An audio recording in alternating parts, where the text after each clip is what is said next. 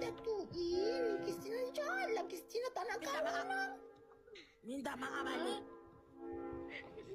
Ada orang komen cringe weh. Aina.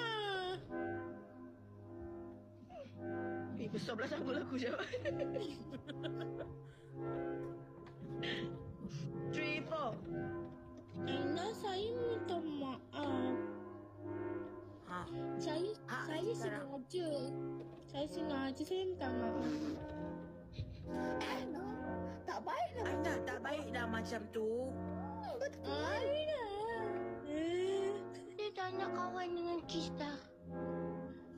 Awak janganlah tak nak kawan. Dia kan kawan kita juga. Nak kawan dengan Wahidah je. Wazir sini.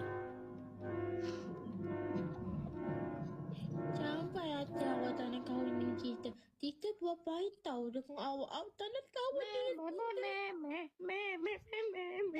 Kristina, sebenarnya kita orang selesa je dengan kawan dengan Kristina. Tapi kadang-kadang Kristina macam berkepam. Bau yaha. Kahau. Lohong mendiam. Kahau. Bau koha. Ayla, biasalah. Kita kan main sama-sama berpeluh.